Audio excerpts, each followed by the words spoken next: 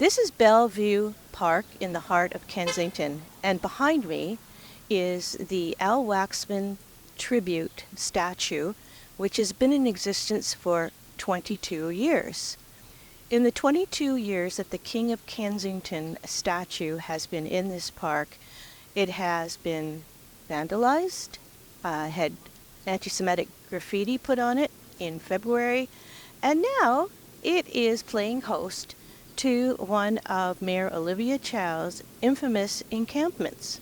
Our mayor and council have decided that encampments are perfectly fine and will not be cleared and no enforcement taken out under a new policy that basically hugs and strokes the tent dwellers until they can be convinced to go inside. Now, on a lovely day like today, why would they? This encampment, according to City Hall, has about 16 tents, and several have already been cleared out. But as we know, and as I know from my history studying the homeless issue in Toronto, the more you clear them out, the more tents come back. And I have seen tents crop up all over the city now because of the lax and permissive policies of the Olivia Chow regime. I spoke with Adam Waxman, Al Waxman's son, who is horrified to see what has happened to this park. And I dare say that Al, the King of Kensington, who represented the heart and soul of this once very vibrant Jewish community in Kensington, would be horrified to see these Free Gaza tents right across from a synagogue. A synagogue, by the way, where my parents eloped many 70 years ago. So it's really quite tragic to see what the city has become.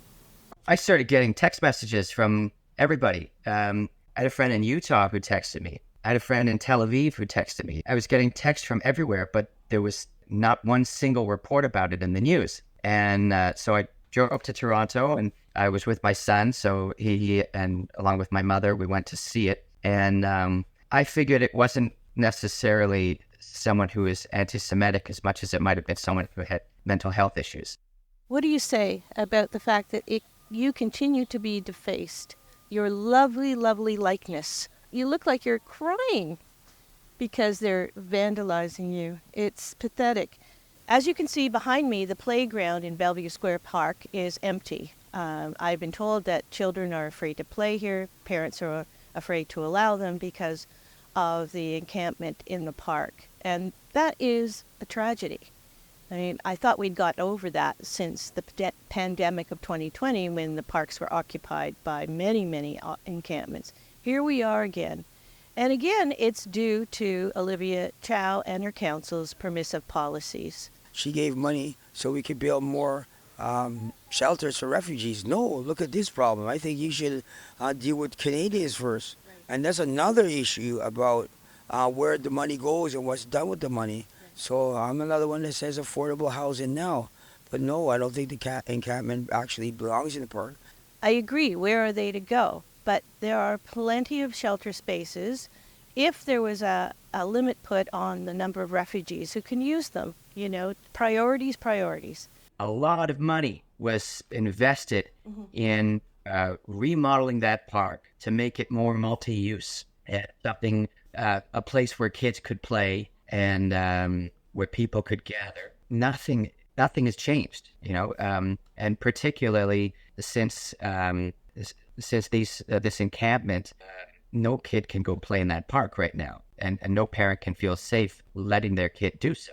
Welcome to the summer of 2024.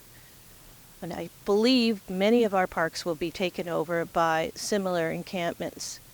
And that is a terrible black mark on the city of Toronto. For True North, I'm Sue Ann Levy.